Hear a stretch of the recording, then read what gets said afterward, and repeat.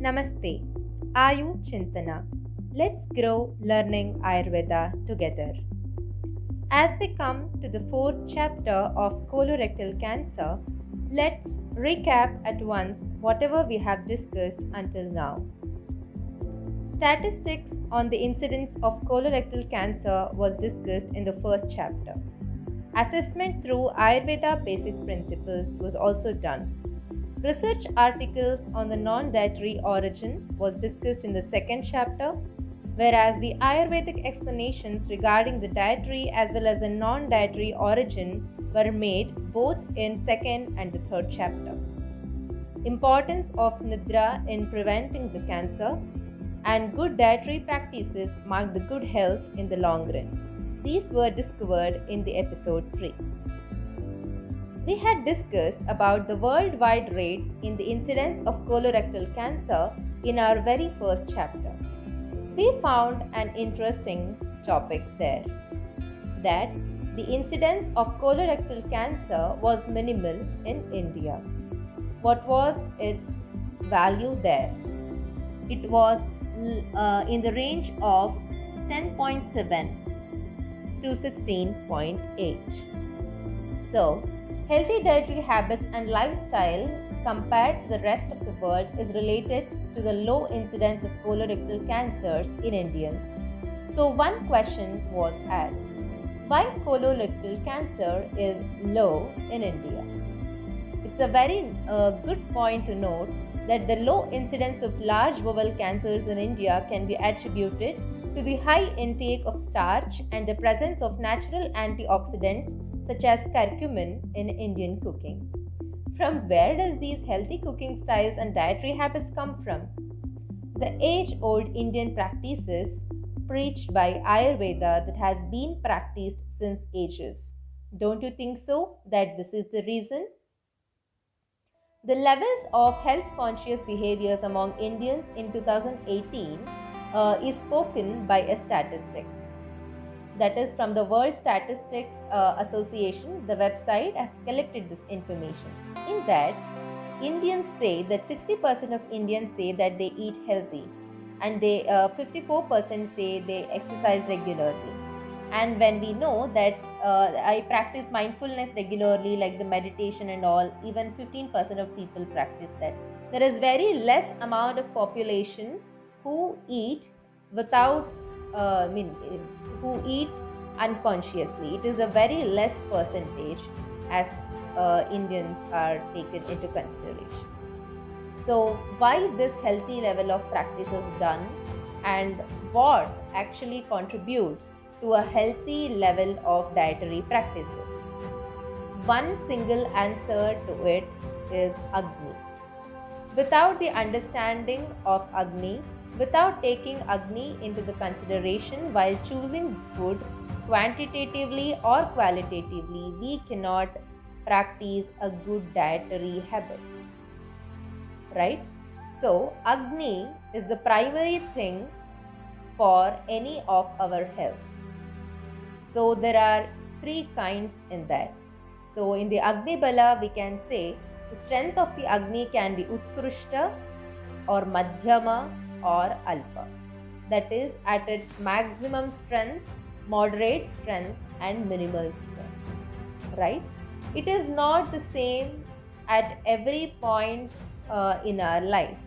It keeps changing as with the season, as with our age and such more factors. And we have spoken about Ahara as well as Vihara in our previous chapters. So then, is it only Ahara which is related to Agni, or even the Vyayama can influence or get influenced by Agni? We have to make an investigation on this. So, from Charaka Sutra 5th chapter, 3rd shloka from the Chakrapani Tika Bhaga, there is a quotation saying, Vyayamasya tu doshakshaya agnivrudhyadi utpada shrama klamadi anutpada pekshini vyavasthapayitva cha. So, what it is saying is, Vyayama is being regulated by the doshakshaya agni vriddhi, as well as those counterparts which are influenced by dosha kshaya and agni vriddhi, such as the shrama, klama, etc. So how much of shrama and klama are getting produced as a result of the dosha kshaya and agni vriddhi, which are counter influenced by the vyayama.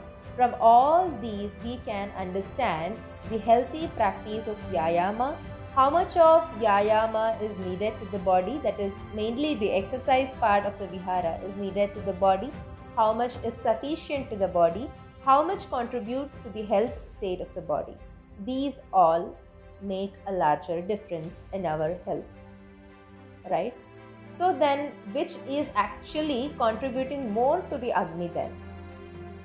It is ahara. Tena ahara matra punaha agnibalam apekshate. They have repeated the word punaha. That means to say, we have to understand how much of an emphasis is given on ahara matra, the quantity of the food that we take, and its proportionality directly to agni. So as we speak on these terms, there is one more quotation from Charaka Sutra 5th chapter 3rd shloka saying, Yata ऋतुभेदेन वयोभेदेन च tasya eva agnihi kadachit vruddho bhavati. That means to say, considering certain seasons, like in the Hemanta Ritu, Agni gets increased. The quality of Agni gets increased. And Vayobhedena, with the age, that is in the Yauvana Kala, there is more Agni. So, Kadachan Mando Bhavati. That means to say, sometimes there is decrease in the quantity, quality of the Agni, whereas in the Varsha Ritu and in the old age, Vardhakya. So, that means to say, from our birth till the death, Agni is not constant.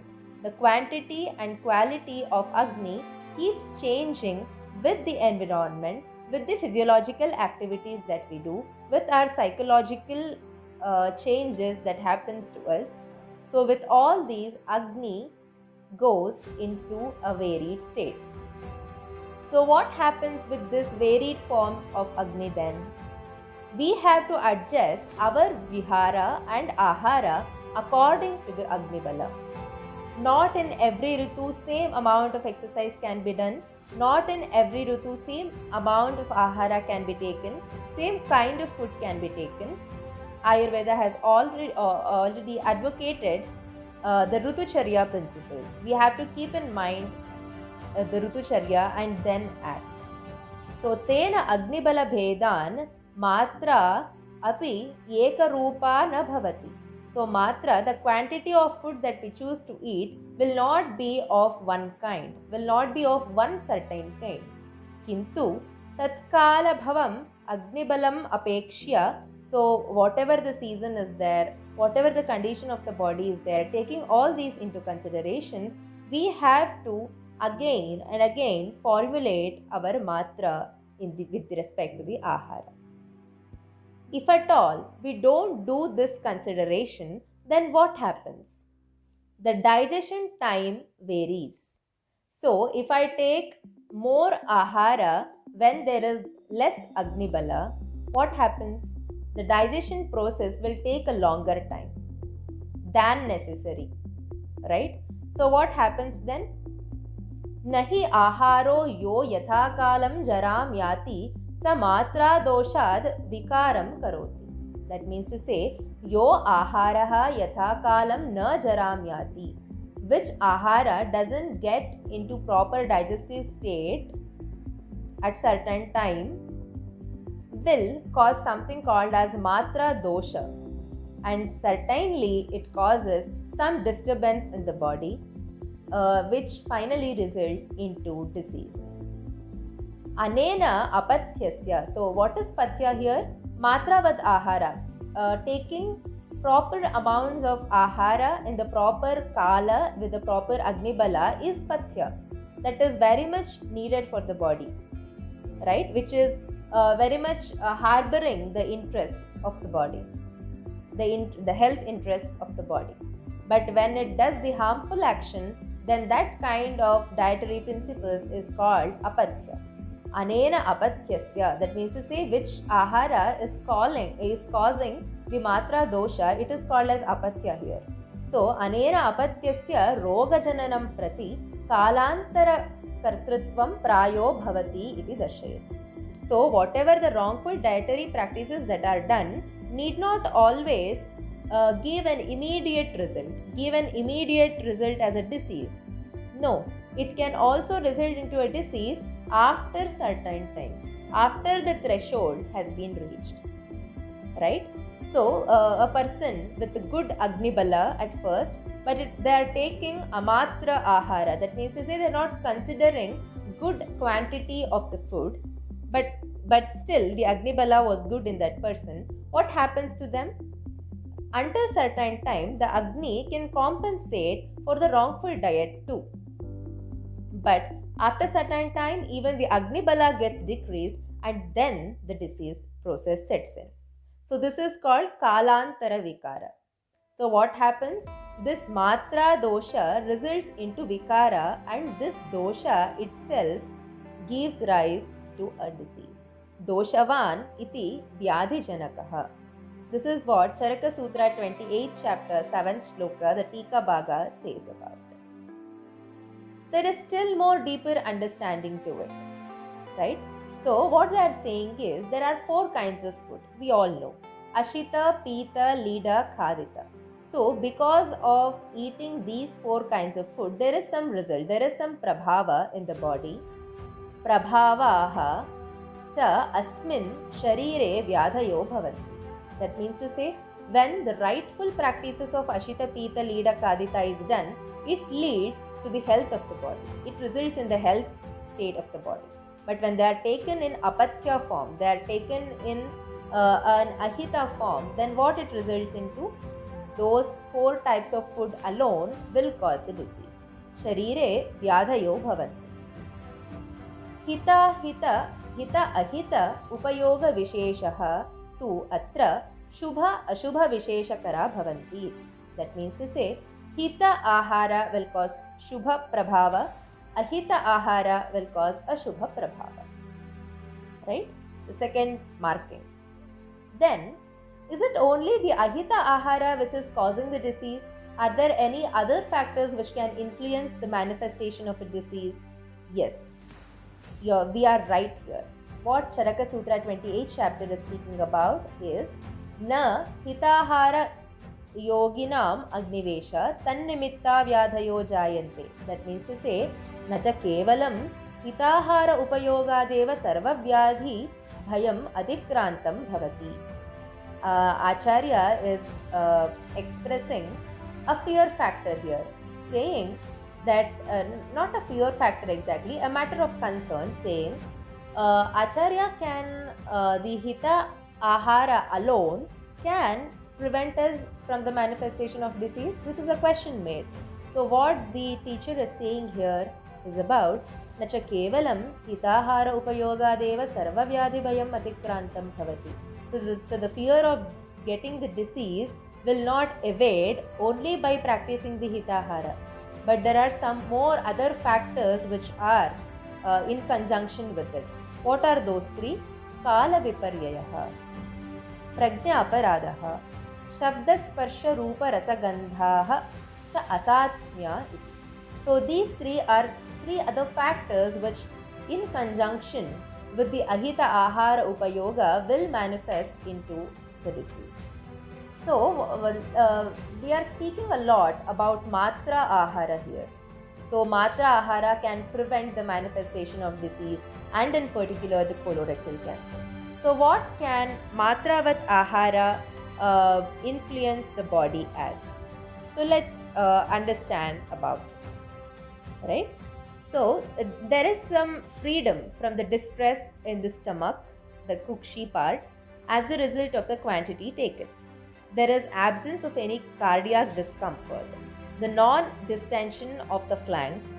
There is freedom from the excessive heaviness of the stomach, gratification of the senses, subsidence of the hunger and thirst, sense of ease in standing, sitting, lying down, walking, exhaling and inhaling, repartee and conversation. There is easeful digestion and assimilation of the food in the evening and the morning, imparting of the strength, complexion, and plumpiness. So, this is all the good effects of a proper matra ahara.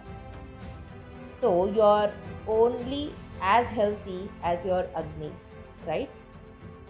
So, when Agni Bala is considered and when the Matravat Ahara is taken, all these good results are imparted. But what happens when the inadequate diet is practiced? There is distress, there is presence of cardiac discomfort, there is distension of the flanks, there is no freedom from the excessive heaviness of the stomach, so patient always suffers from bloating or heaviness of the stomach because the digestion takes a very long time. Then there is no freedom from the excessive heaviness of the stomach. That is, then there is no gratification of the senses.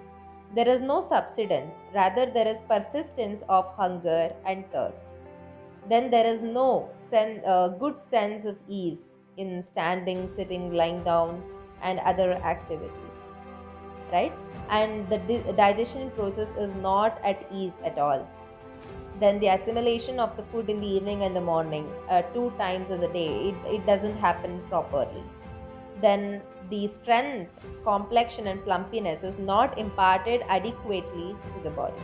So these are the evils of inadequate diet. There are two other forms.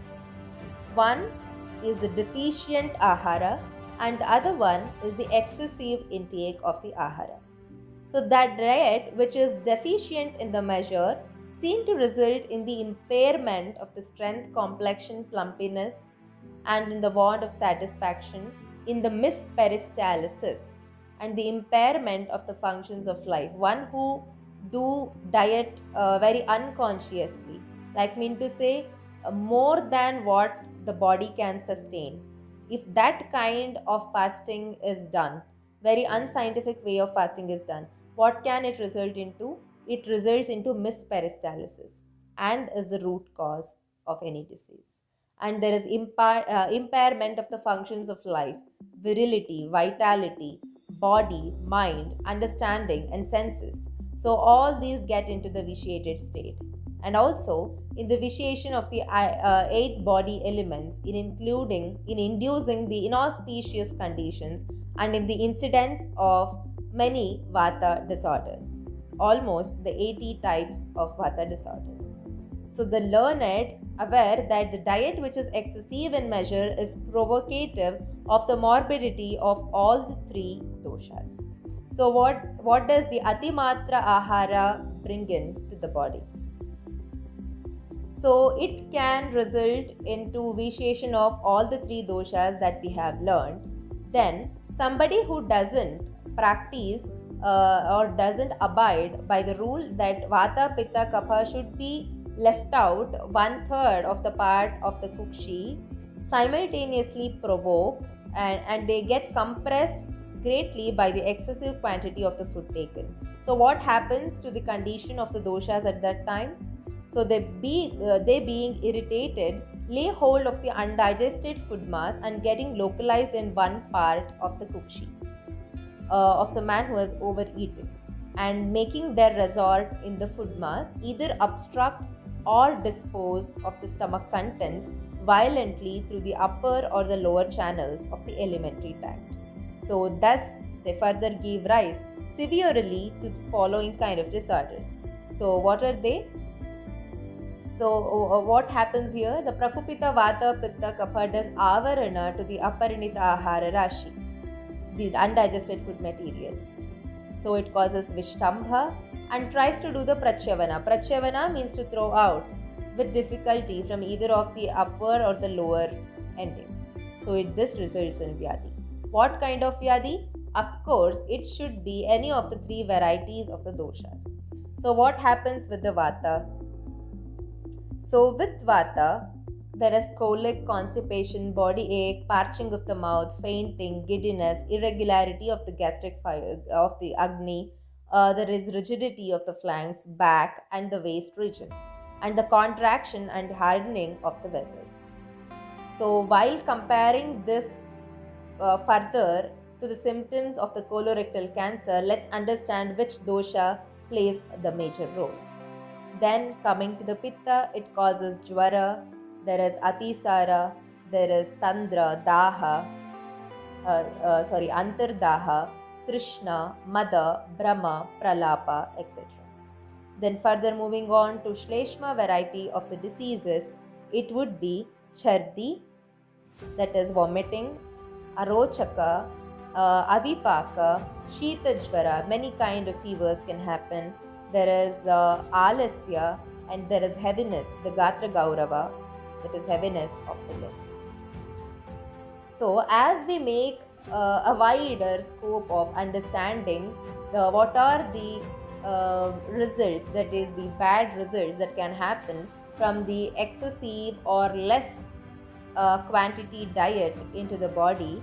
Further, let's revisit the topic of Samana Vayu as well as Apana Vayu and understand what are all the kind of diseases that these impaired Vayu can bring in. Then let's compare the understanding that we have gained from Amatravat Ahara Sevana, which is resulting into Vikara of these three types, that is Vata, Pitta, Kapha, and also those disorders which are successively manifested from Samana Vayu Vikruti and Apana Vayu Vikruti. So what does Ashtanga say here? So the understanding of Samana Vayu from the Ashtanga Sangraha comes like this. So we have already discussed about the Ahara and the Vihara Karana, which leads to the Prakopa of Samana Vayu. Further, it causes Shula, Gulma, Grahani, etc. disorders which are of the origin from the Pakvashaya as well as the Amashaya. Then when we understand about the Apana Vayu, so it says Kupitaha Kurute Rogan Krutchrani Pakvashaya Ashrayan. So with the Samana Vayu, we understood that the rogas which are of the origin from the Pakvashaya as well as the Amashaya can happen from Samana Vayu. While with the Apana Vayu, it is mainly the origin of the disorders take from the Pakvashaya. So now do you understand why from the first chapter we considered that the colorectal cancer is a disease of Samana Vayu and Apana Vayu. So what are all the diseases that can co-happen with the Apana Vayu condition? Mutra Shukra Pradosha, Arshas, Budabramsha, etc. If you can recall from the very first chapter of the colorectal cancer that we have been discussing, there was one important etiology and a question was asked in the first chapter, saying, how does uterine cancer, ovarian cancer or cervical cancer can become a potential risk factor for colorectal cancer? So now do we understand? They all are from the same region of Apana Vayu and one can give rise to other. One can influence the other. They can coexist or they can happen at an interval. Right? So finally, let's dive into the topic of symptoms of colorectal cancer. Until now, we have understood very elaborately what are all the kind of diseases and very common symptoms that can happen with the condition that are resulted mainly into the GIT. Now specifically the symptoms of colorectal cancer are being described here. So a persistent change in the bowel habits including diarrhea or constipation or a change in the consistency of the stool. This was the same that we understood from the Vata Vikara that happens due to Amatravat Ahara Sevana. Rectal bleeding or blood in the stool. Persistent abdominal discomfort. This also was a symptom in the Amatravat Ahara Sevana, such as the cramps, the gas or the pain. A feeling that the bowel doesn't empty completely. This is one of the primary symptoms in Grahani as well as Gulma. Weakness or fatigue. Unexplained weight loss. These are some of the symptoms. So many people with the colon cancer experience no symptoms in the early stages of the disease. So when the symptoms appear, they will likely vary depending on the cancer size and the location in the large intestine. This is what the modern understanding of colorectal cancer have to say. So let's understand whether this is the same with Ayurveda, or is there any more understanding to it. A deeper emphasis can be done with different concepts that come with this. So, as they say, let's speak the language of medicine. So, we must understand the symptomatology as well as the pathophysiology in Ayurveda language rather than understanding everything from the modern perspective. And only then the progress can be made in the right direction, aiming at the most positive outcome. So we have to translate and transcript all the symptoms that we observe in a patient from Ayurveda perspective. So Aniyamita Purisha Pravritti, Gudagata Rakta Pravritti, or Rakta Varna of the Purisha, or Rakta Srava along with the Purisha. So what are all the diseases that comes to your mind as we speak of the symptoms here?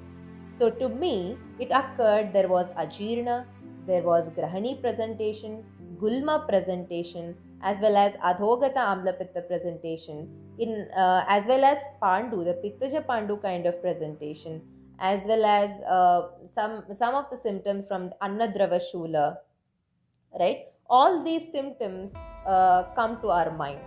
Different presentations of Koshtagata Vata, further, even more further. So, Asukha Parinama of the Ahara or Apurna Purisha Pravritti, there is Vibandha. There is Daurbalya and Klama, Balahani and Balakshaya. So, what are all the diseases that comes to your mind as we speak of these symptoms? So, as I told you, all of those things which are related to the Annavahasrotas comes to my mind, right? So let me recall all those diseases again. So starting from the Mandagni, Ajirna, the Vidagdha kind of Ajirna, as well as the Vata variety of the Ajirna. Further moving on, we get the Gulma. Further, we get Grahani, different varieties of Grahani, different presentations, that is Ekaja or Dvandvaja varieties of Grahani. Even the Pandu variety, so 15th chapter Grahani, 16th chapter Pandu, Pittaja Pandu. There is Rakta Srava, Gudagata Rakta Pravritti can be there, or Rakta Varna of Purisha can be there, right? So further moving on into the Vata Vyadhi aspect, there is Koshtagata Vata, which can result into many different symptoms which are related to the colorectal cancer, right? So getting more specific, let's understand the state of Srotas then, right? So the Srota Dushti Lakshana doesn't just stop at Annavaha Srotas here. So it also gets contributed from the Purishavaha Srotas. So Annavahanam Srotasam Amashayo Moolam. So that was for the Samana Vayu perspective. Vamam Chaparsham Pradushnanam tu Kalu Eshwamidam Tadyata Anannabhilasham Arochakam Abhipakau Chardimcha Drishtva Annavahani Asya Srodamsi Pradushtani Vidya. So these were the symptoms we also understood from the Amatravata Ahara Sevana. What are the diseases that are that are manifested because of the Amatravata Ahara, as well as specifically from the Vata, Pitta and Kapha Dosha Janita, plus the Atimatra Ahara Sevana, these symptoms were there. Further moving on, in specific diseases we got these symptoms, and with respect to the Srotas we can observe these in the Annavara Srotas. What does the Purishavaha Srotas have to contribute here? Purishavahanam Srotasam Pakvashayo Moolam Sthula Gudamcha.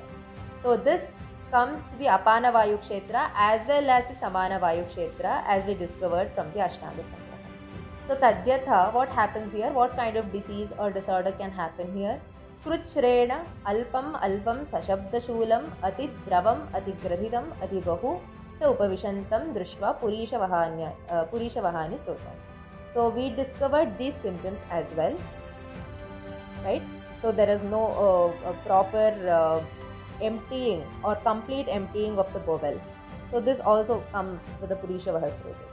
So while we understand the colorectal cancer, it is a foreplay of both Annavaha Srotas as well as the Purishavaha Srotas getting contributed from both Samana Vayu and Apana Vayu. Of course, the symptoms and the presentations are very specific to the kind of Ahara and Vihara Sevana that is done. by the patient. Right? So from here, we have made a very good progress in understanding the functional changes in much detail from the Ayurveda perspective. So in the next episode, let's understand the TNM stages, its drawback, and the need for a new holistic and a comprehensive understanding.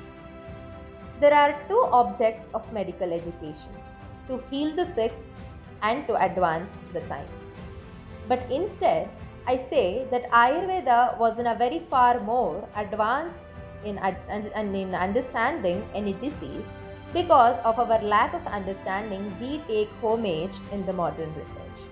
Of course, I don't say that modern research is hindering us, but over dependency on the structural understanding, just alone the structural understanding, shouldn't be done as like the modern science. Instead, functional aspects must be better understood as Ayurveda has always advocated. Follow us for more content. Ayu-Chintana. Let's grow learning Ayurveda together. Thank you.